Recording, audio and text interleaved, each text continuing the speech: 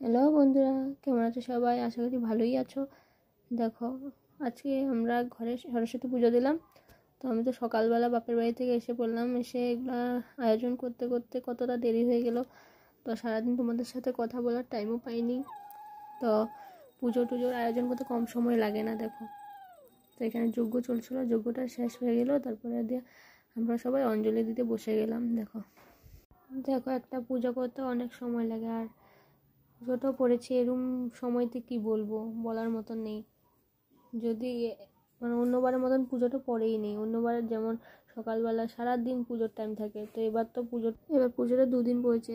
আজকে পুজোটা না করলে কালকে আমরা দিতে পারবো না, কারণ কালকে তো সময়ই নেই। 9টার সময় তো পুজোটাই শেষ হয়ে যাবে। তো এবছর আমরা প্রথম পুজো দিলাম ঘরে, ফার্স্ট টাইম। জানি না ভুল হয়ে থাকলেও ভগবান আমাকে মাফ করে দেখ। আর